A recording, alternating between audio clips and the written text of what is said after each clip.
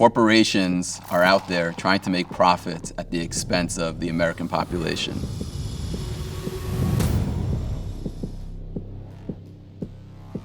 It was causing ovarian and uterine cancer,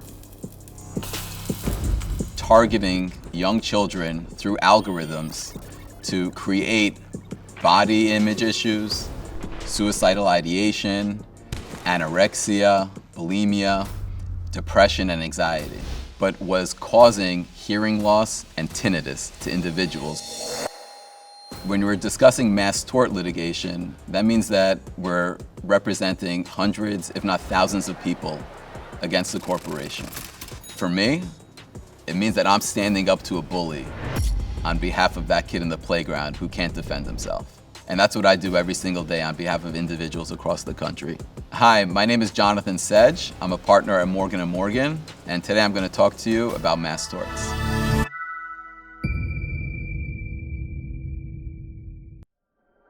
Mass torts is probably the most special litigation aspect in the world. Imagine what pharmaceutical companies would do if there weren't firms like Morgan & Morgan out there. There are already dozens and dozens of medications that are hurting people. The FDA does not have an opportunity to test drugs. They rely on pharmaceutical companies to do all the testing for them. And if Morgan & Morgan wasn't there to put those pharmaceutical companies in check, they'd be taking much more advantage of the American population. I get to help thousands of people on one litigation at a time. Unfortunately, every time a new litigation begins, that means that there are people out there that need my help. It means that they've been wronged. It means that corporations have taken advantage of them, and they need someone like me to stand up to the bully.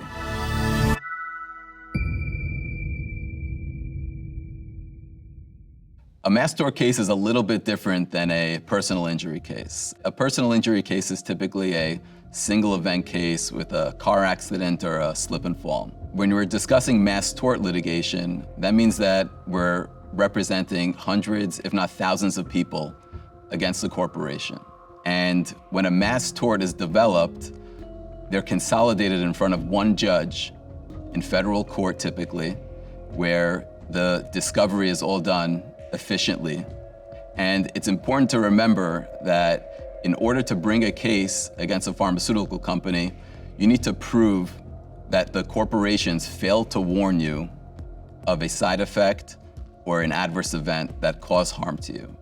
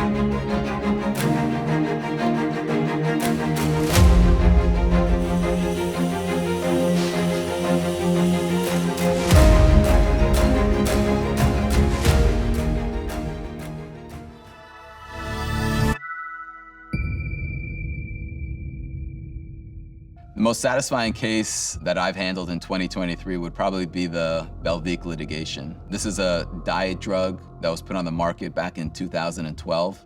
After 8 years of being on the market, the FDA had to pull it because it was causing cancer to individuals. Though this case did not end up being part of an MDL, it was denied by the JPML. We continue to litigate the cases on behalf of hundreds of individuals, and just this past month, we were able to send checks out to our clients and help change their lives.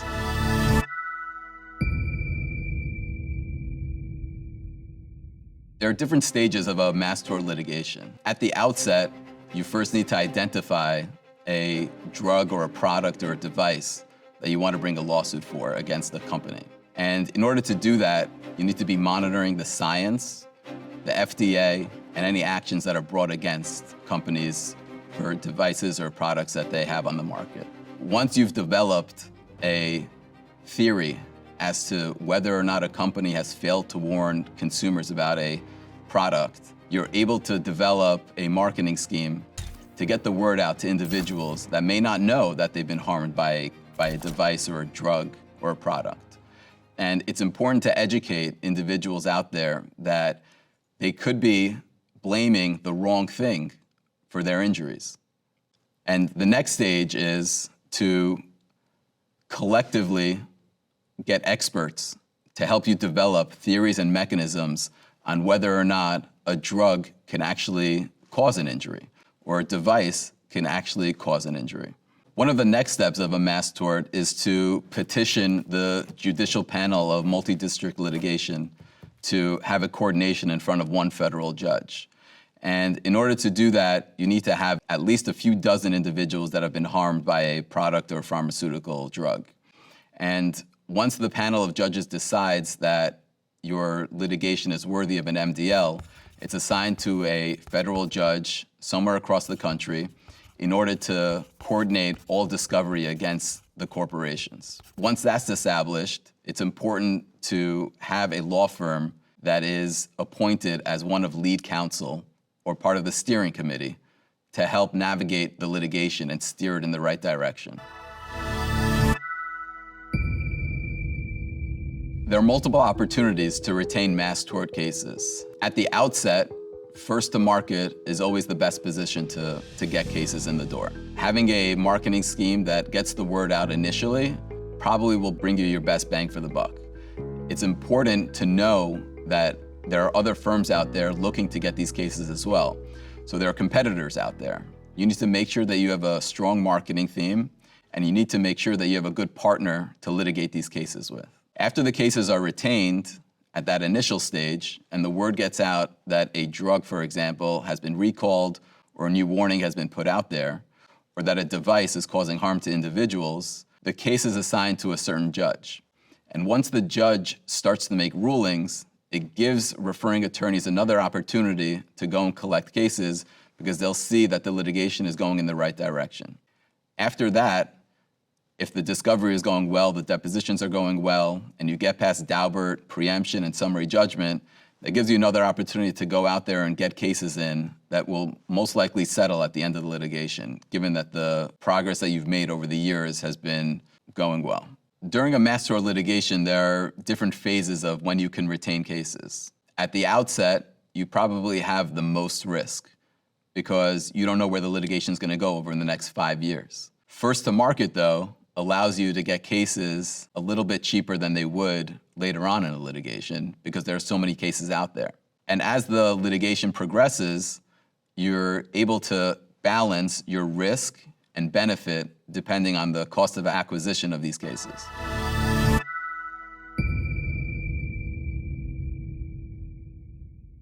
One of the most recent MDLs that has been established is the Tepeza litigation in the Northern District of Illinois in front of Judge Durkin. We're alleging that Horizon had an infusion that treated thyroid eye disease, but was causing hearing loss and tinnitus to individuals unknowingly.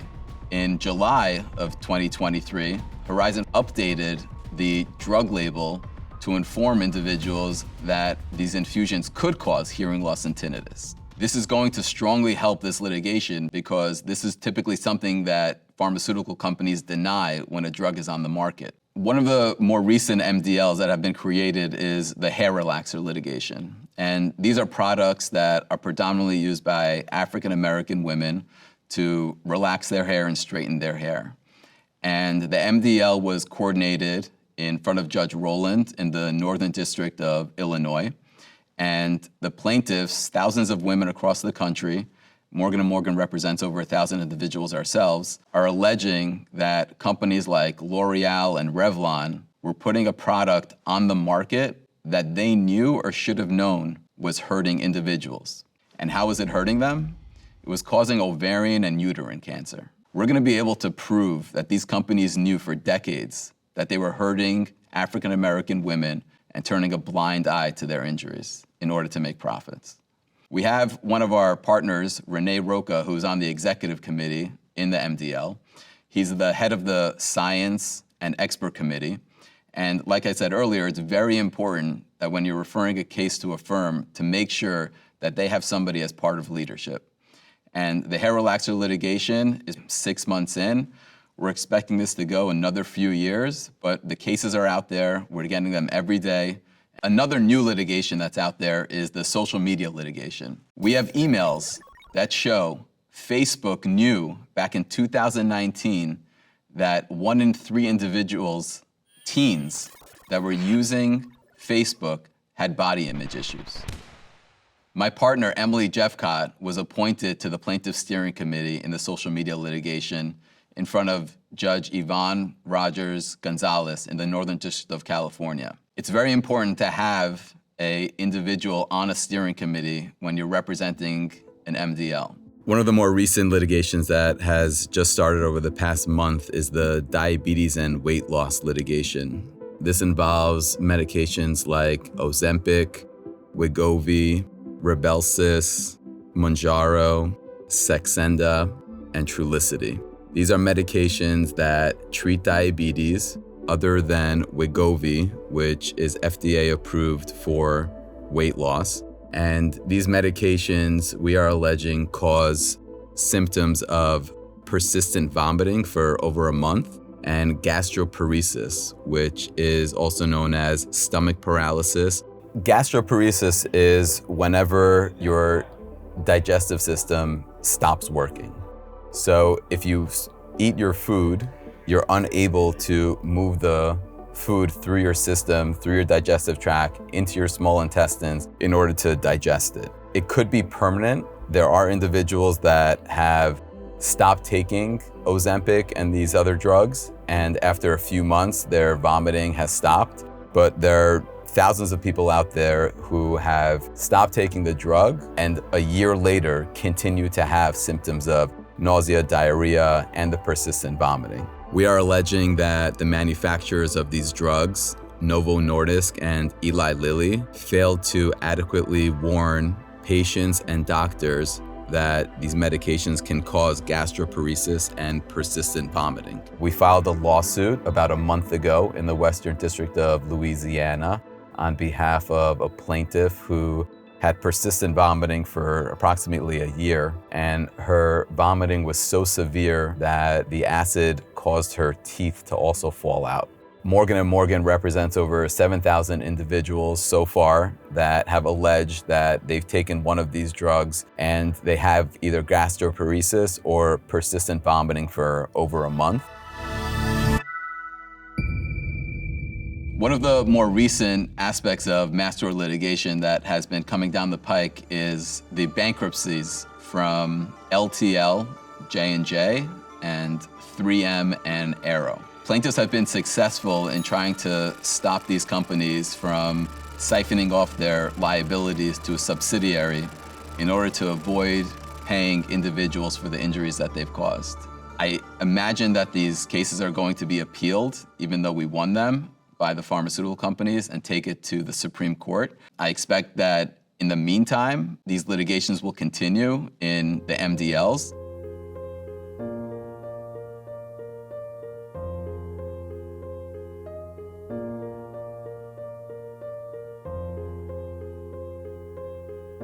I believe that with J&J's aspect, where they've put over $8 billion on the table to settle the cases, that these cases will get resolved before the Supreme Court makes a ruling. Another recent trend in mass torts is the infusion of hedge fund money that's been coming into law firms across the country to retain cases. With this hedge fund money out there, law firms have been able to take advantage and build up their mass tort departments. They've realized with the aspect of artificial intelligence now that you could do this a little bit on the cheap. You don't need to have dozens and dozens of lawyers or paralegals to work up cases anymore. You can take advantage of artificial intelligence to order medical records, review medical records, fill out plaintiff fact sheets, and that's one aspect of mass torts that's going to bring a lot new talent to the table in order to help litigate these cases.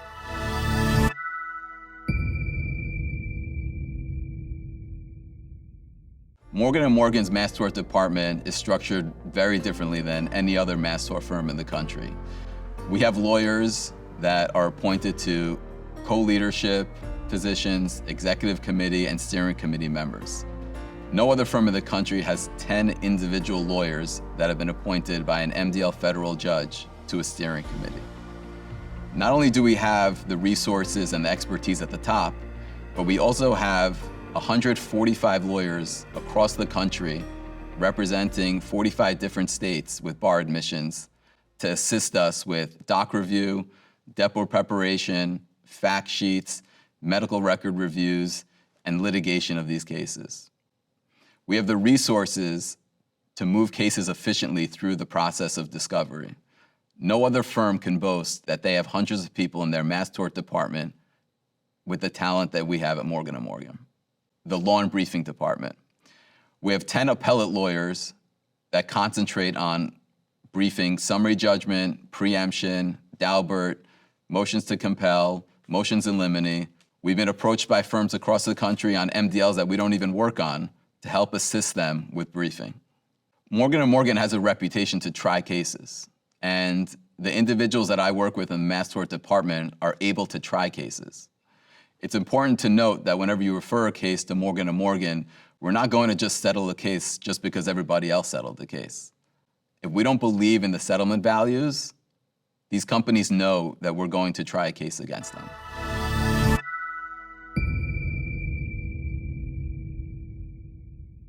Another aspect of Morgan & Morgan's mass tort department is the Morgan Connection.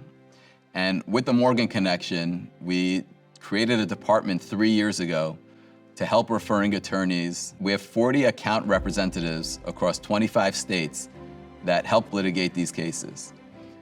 One of the aspects of the Morgan Connection is to help mass tort firms refer out personal injury cases. And on the flip side, if there are personal injury firms that want to refer mass tort cases, we're able to handle that as well.